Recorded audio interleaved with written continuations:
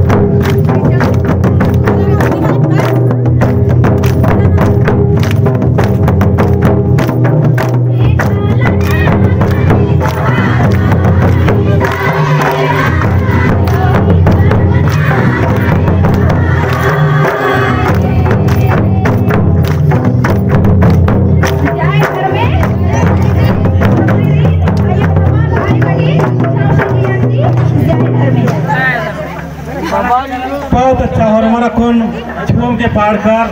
तो और थोड़ा सा कथा बावन आदि के बाद हमारे लास्ट जो सीरा सीता रही ये बहुत कुहार चीज लिखो सीरा सीता ने खाए अपन ज्यादा दुख तकलीफ मैंने आज सीरा सीता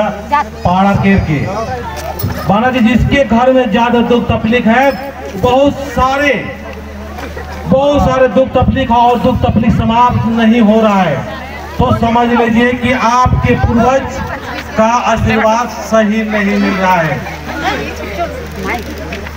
आपका आशीर्वाद,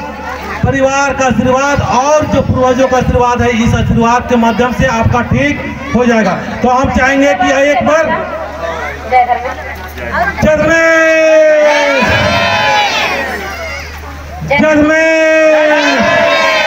अच्छा लगा लगी रेखा में जल्दी कमल लगा लगे